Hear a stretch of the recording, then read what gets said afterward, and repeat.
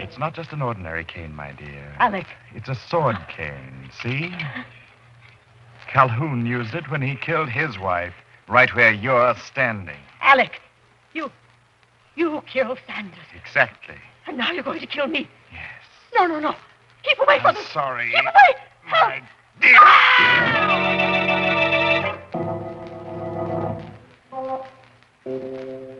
Midnight, the witching hour when the night is darkest, our fears the strongest, and our strength at its lowest ebb. Midnight, when the graves gape open and death strikes. How? You'll learn the answer in just a minute in The House Where Death Lived.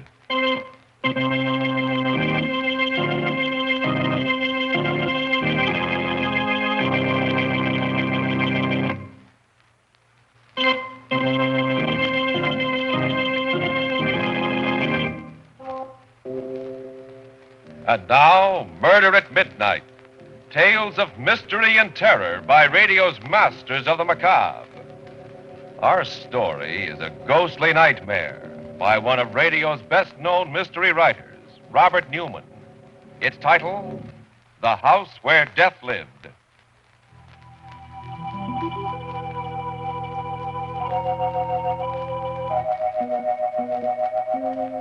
A large rambling house on top of a hill. A house whose windows are either shuttered or broken. A rusty iron fence surrounds it, and its grounds are waste and uncared for. A car grinds slowly up the hill, stops before the main gate, and two men get out. One of them is gray-haired but vigorous. The other wears a chauffeur's uniform. They push open the heavy gate, start up the gravel path. Quite a joint. You could hardly expect it to be a show place after being empty for more than 10 years. It's open. Yes. Oh, I'm glad we didn't have to force it. All right, Sanders. You can go back to the car and wait for me. I should be out in about a half an hour or so. You mean you're going in alone? Why, yes. Somehow I don't think you're exactly suited by temperament for psychic research. Okay, Doc. I'll be waiting for you back in the car. Right. Now, let's see. I suppose the best place to start would be... Good evening. What? Oh, I'm awfully sorry. I hope I haven't made a mistake. This is the Calhoun house, isn't it? Oh, yes. Oh, this is very embarrassing. I was down to see the trustees just this morning. They gave me permission to go through the place and told me that there was no one living here, that no one had lived here for many years. Well, as you can see, that's not quite true. Not that it matters. I lead a rather lonely life, and I'm very glad you came. I'd be more than happy to show you around. Well, you're very kind. My name is Goff, Dr. Alexander Goff. Dr. Goff. For the past few years, I've been specializing in psychic research. Oh, yes. You've heard of me? I'm sorry, no. But I do know that scientists, specialists in psychical research, have been interested in the house for many years. There have been several books written about it. I read about it in the series of studies that Kinsey did. He said it was one of the most fertile fields for manifestations he'd ever come across. It has a long history of apparitions and hauntings. That's very true. And now, would you like to look around? I'd like that very much. Very well. I imagine the best place to begin is with the cellar. This way. The cellar. That's where Mrs. Calhoun was killed, wasn't it? Yes. Huh? I keep the door locked now for that and for several other reasons.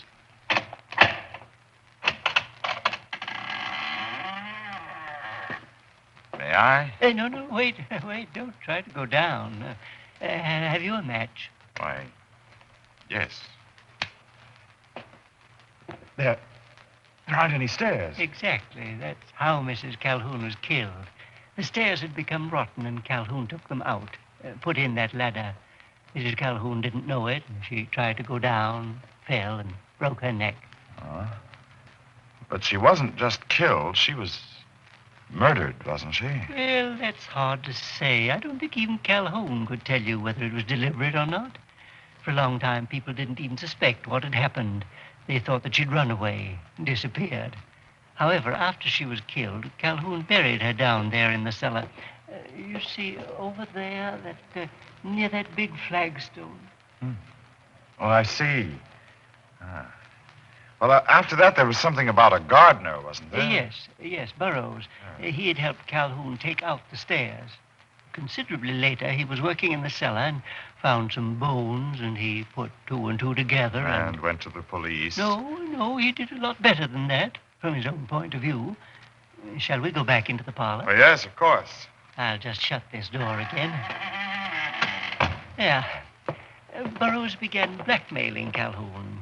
Calhoun paid for a while, and then one day he called Burroughs in here, into the parlor. He was sitting over there at that desk. He had his cane with him. The cane that's on the desk there now. You can look at it if you like. Well, thank you. I would like to look at it. Twist the handle and pull on it. A sword cane. Yes. He killed Burroughs right here in this room. That stain on the carpet, there's his blood. This time he didn't even try to get away with it. He called in the police, and he was tried and sent to an institution. Yes, but that's what I don't understand. If Calhoun had committed 2 murders, why wasn't he sent to jail or hanged? Because no one knew whether he was sane or not. As a matter of fact, I don't think Calhoun knew himself. You see, when they asked him why he had killed his wife and Burroughs, he said he had to, that he'd been told to. Told to? By whom? Well, he wasn't sure. By voices. He said they told him that they lived here in this house before him, that they had killed, and that he would have to kill too. Excellent. Just what I've been looking for and what I've hoped for. A house with a tradition of hauntings, where each generation is affected by that tradition and adds to it. What's the matter? They've come for me. They're weighing me down, dragging me back. They? Who? Oh, you're ill. Here, let me help you. No, it's no use. You can't pick me up. It's too much on my hands. On my head.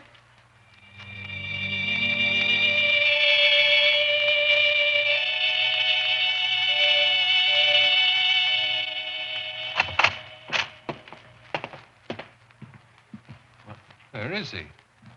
He was there, right there on the floor. I tried to pick him up and put him on the couch, but I couldn't lift him. Now he's gone. Well, now, look, Doc, if he fell down, if he was as weak as you said it... Hey, wait a minute. Hey, what did he look like? Well, he was quite old, about 70, and very tall and thin. He had white hair and a white goatee. Holy smokes. What's the matter? Well, I was waiting outside for you. The guy that lives just down the hill came by, and we kind of talked a little. Yes? I told him you were inside here, and he described Calhoun to me, the guy that used to live here. And the old gent you say you spoke to sounds just like him. But it couldn't have been. Calhoun is still in an institution. No, he's not. At least not exactly. That's how this guy happened to talk about it. You see, he just read in the paper that Calhoun had died yesterday. Sanders. Yeah? That was Calhoun's ghost. Oh, now, look, It Doc. was, I tell you. It has to be. This is what I've been looking for years. An apparition that manifests itself without a medium or any apparatus. It's exactly what I need for the last chapter of my book. And I'm going to stay here until he appears again.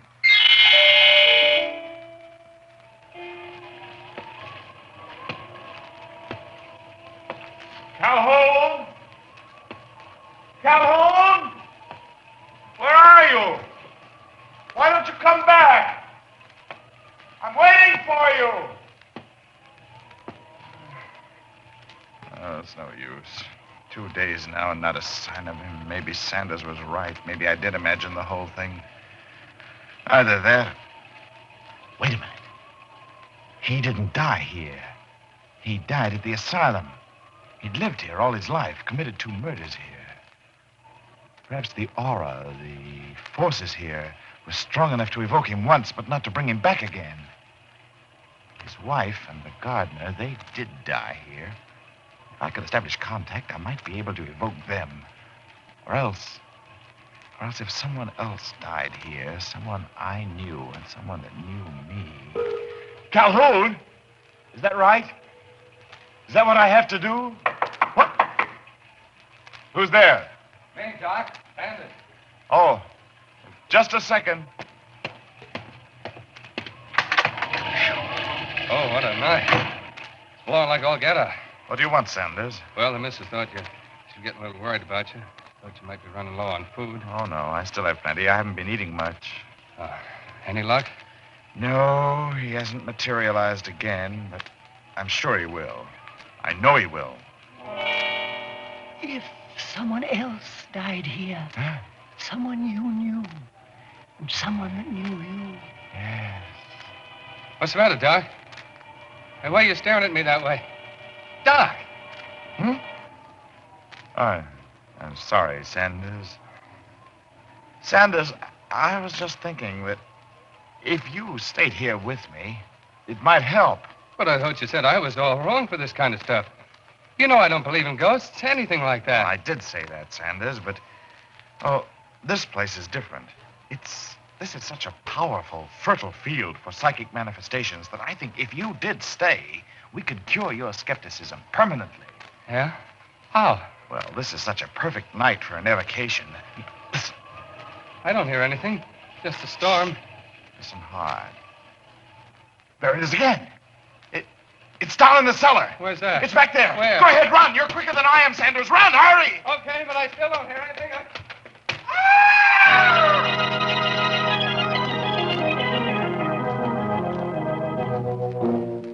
A man with an obsession in a haunted house. A man with a corpse on his hands as the clock strikes 12 for... Murder at midnight.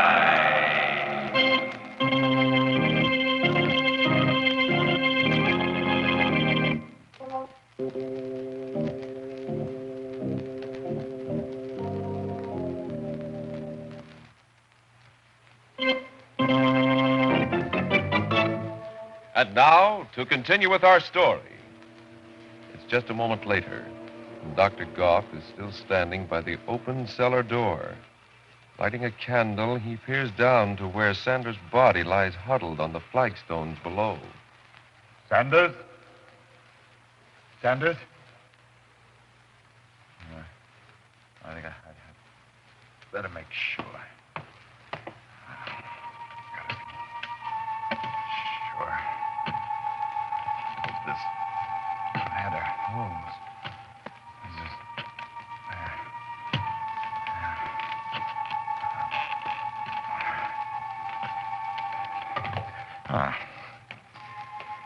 Well, now, let's see.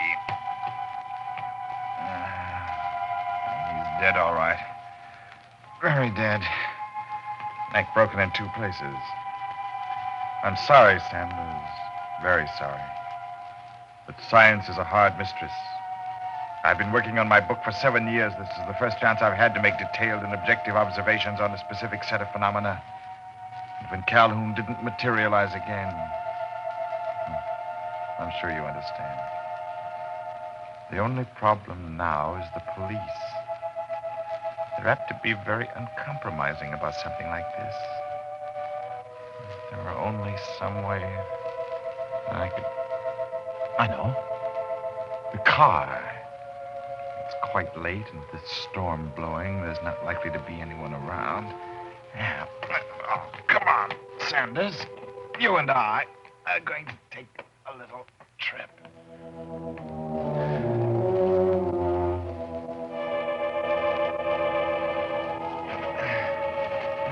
Now, we're almost there, Sanders. Just a little farther. Now, here we are. Now, let's see. Well, you turned the car around before you came in, so it's headed downhill. That's splendid.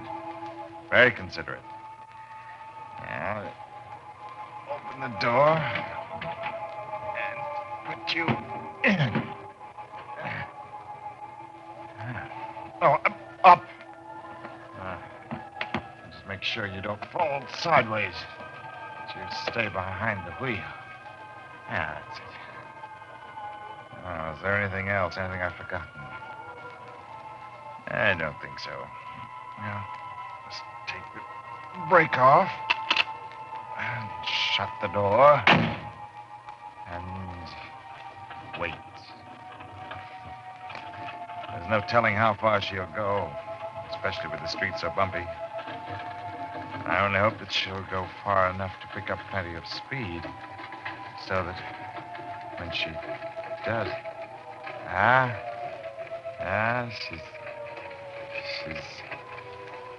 she's swinging to the right. Yeah.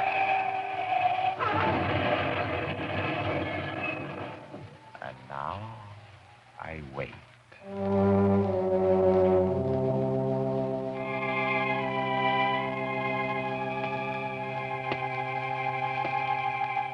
Sanders? Sanders! Where are you? It's been 4 or 5 days now. Why haven't you come back? Haven't you wanted to? Or haven't you been able to find a way?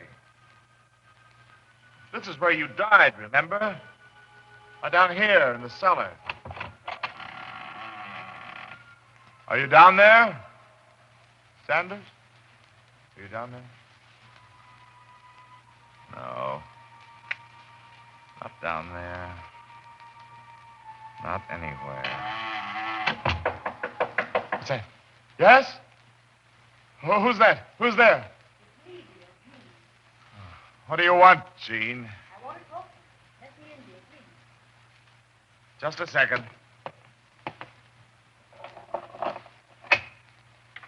Alec.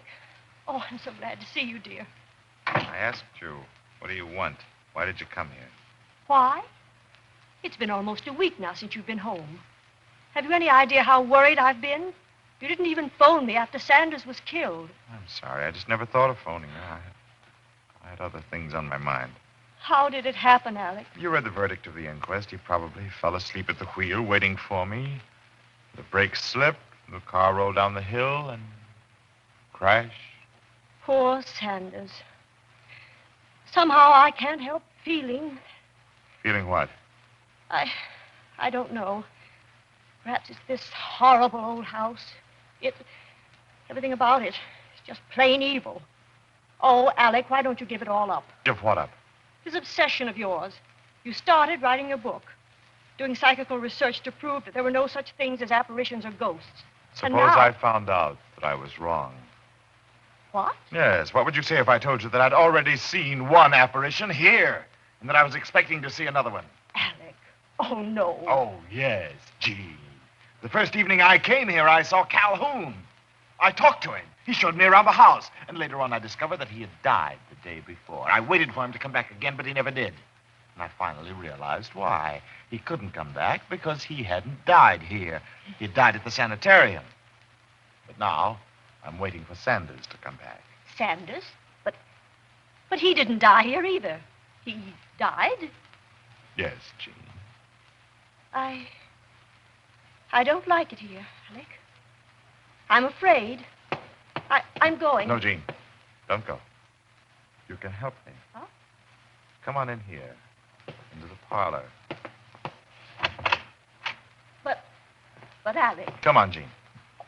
Later I'll tell you a very interesting story about this room, about something that happened here a long time ago. But All right, Alec. That's a good girl. You know, Jean, I've just realized I've been very stupid. Calhoun couldn't come back again because he didn't die here. Sanders did die here, but he wasn't buried here. And now I'm beginning to think that a spirit can only materialize in the place where its body is. But what's that got to do with me? Dear, does anyone know that you came here tonight? Why, no, but... Good. What do you mean? And what are you doing with that cane? You remember I said I was going to tell you a story about something that had happened here in this room? Well, this cane played an important part in it. You see, it's not just an ordinary cane. This is a sword cane. It's what Calhoun used when he killed his wife, right where you're standing. Alec, you killed Sanders. Exactly. And now you're going to kill me. Yes, dear. I am going to kill you. And I'm going to bury you right here, down in the cellar where Calhoun buried his wife. Then at least you will be able to come back. No, don't. Don't try and run away. It won't do any good. You see, I locked the door. No. Keep away from me. I'm sorry. Keep away. My Help! dear. No!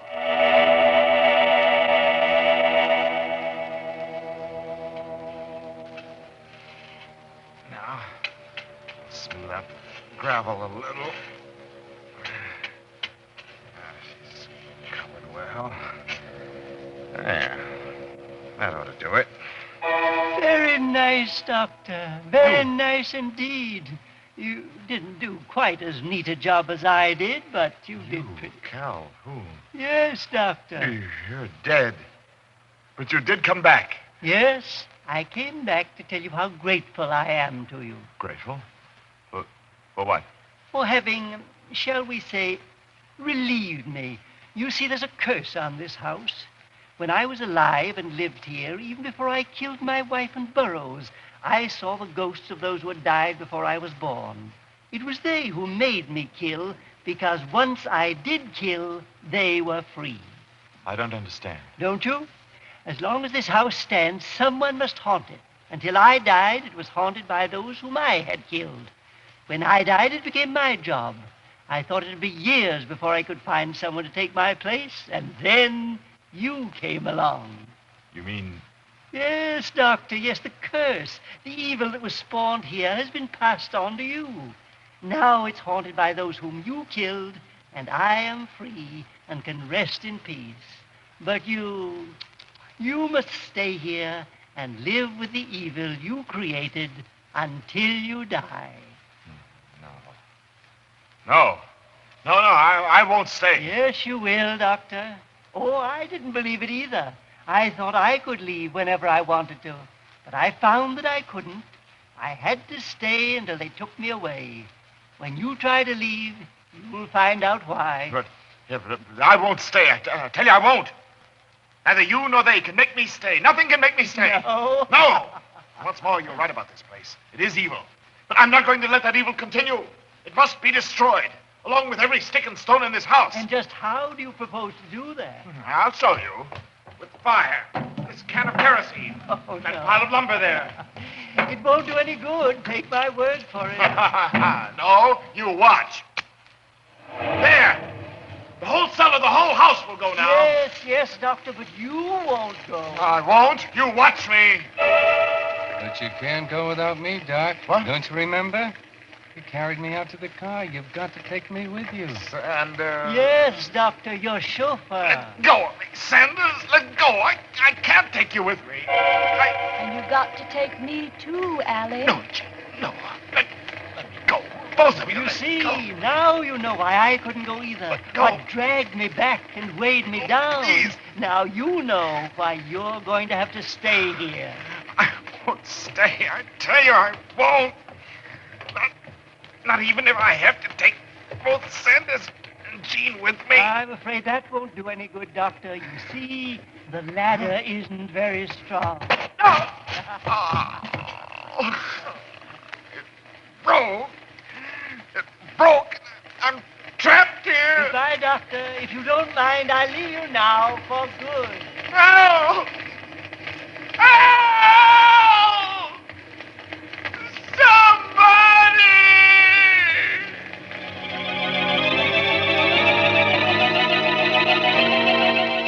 The flames roar higher and higher as Dr. Goff screams and staggers backward. Far away, a bell starts tolling for... Murder at midnight.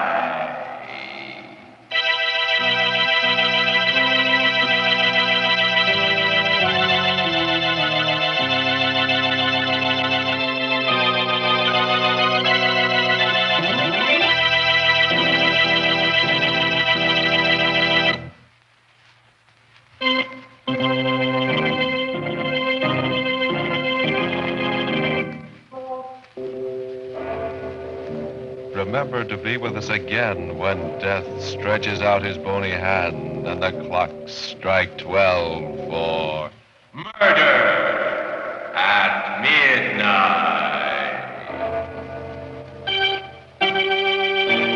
The part of Dr. Goff was played by Barry Kroger. With music by Charles Paul, Murder at Midnight was directed by Anton M. Leader.